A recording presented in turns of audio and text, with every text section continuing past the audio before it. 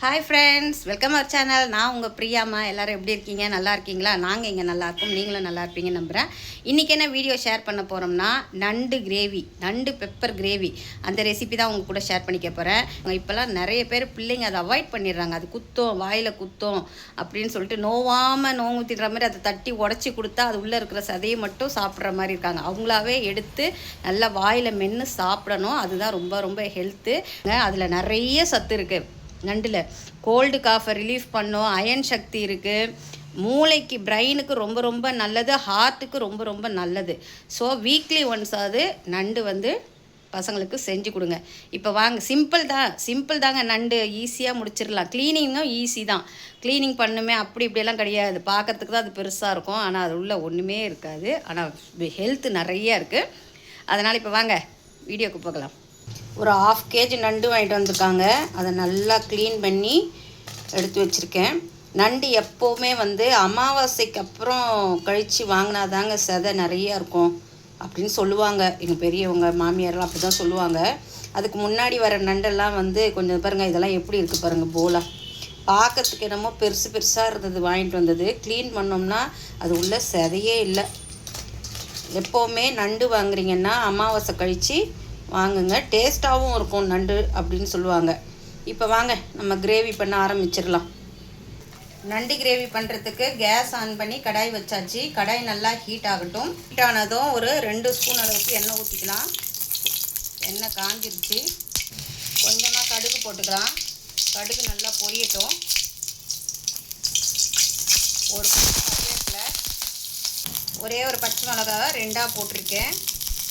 2 medium size வெங்காயம் சின்னதாக cut பண்ணி போட்டிருக்கேன். நல்லா ஃப்ரை ஆகட்டும். கோல்டன் ஃப்ரை வரணும்.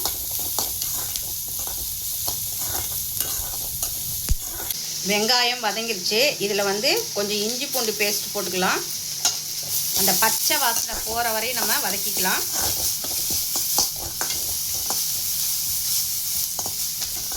நண்டு சளி இருமலுக்கெல்லாம் ரொம்ப ரொம்ப நல்லது. என் பையனுக்கு அடிக்கடி சளி பிடிச்சிருந்தனால அவனுக்கு நண்டு எப்போவுமே செஞ்சு கொடுத்துட்ருப்பேன். அவனுக்கு நண்டும் ரொம்ப பிடிக்கும். இஞ்சி பூண்டுடைய பச்சை வாசனை போயிடுச்சு. இந்த ஸ்டேஜில் ஒரு 2 தக்காளி, சின்ன தக்காளி, 2 தக்காளி. நண்டுக்கு தக்காளி ரொம்ப தேவைப்படாது. 2 தக்காளி போட்டிருக்கேன். இந்த பச்சை வாசனை போகட்டும். இதில் கொஞ்சம் மஞ்சத்தூள் போட்டுக்கலாம். கொஞ்சம் மஞ்சத்தூள்.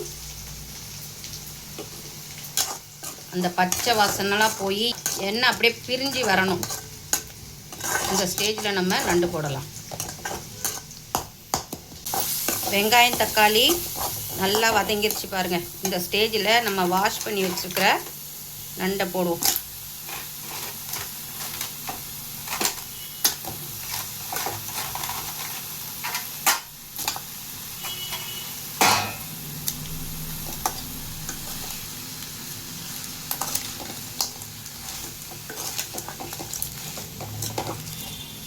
வெங்காயம் தக்காளியோட நண்டை பரட்டியாச்சு. இப்போ நம்ம தேவையான அளவுக்கு கல்லுப்பு போட்டுக்கலாம்.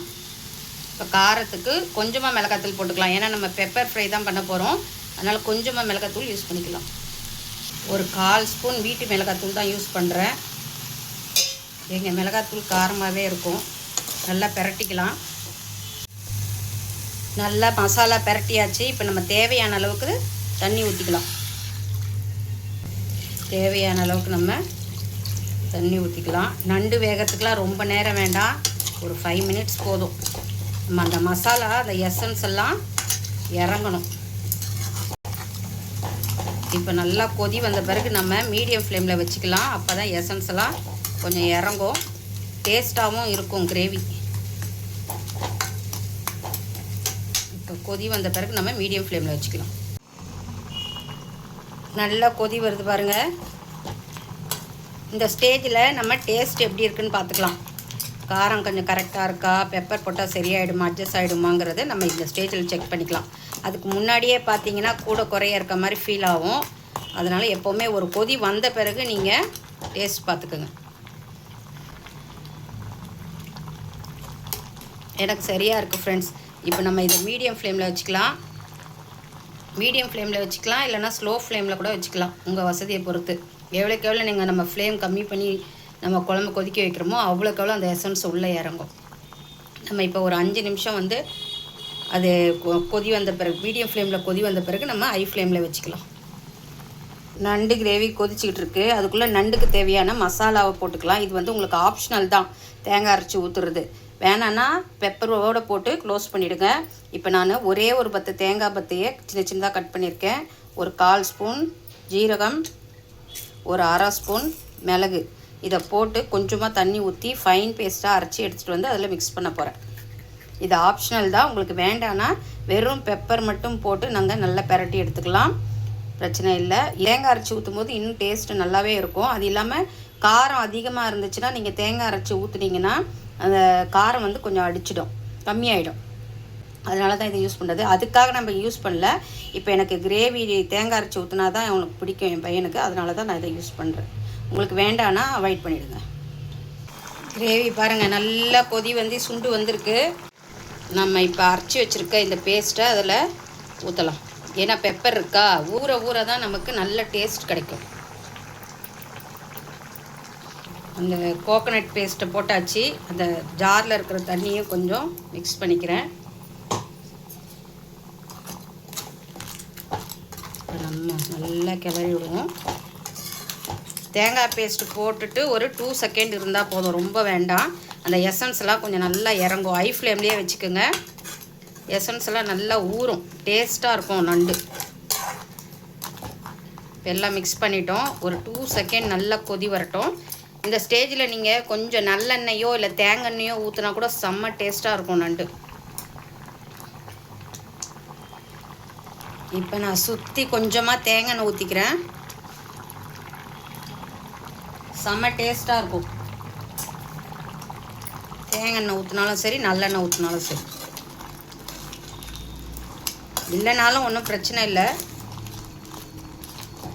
இது நல்லா இப்போ கிரேவியாக வரும்.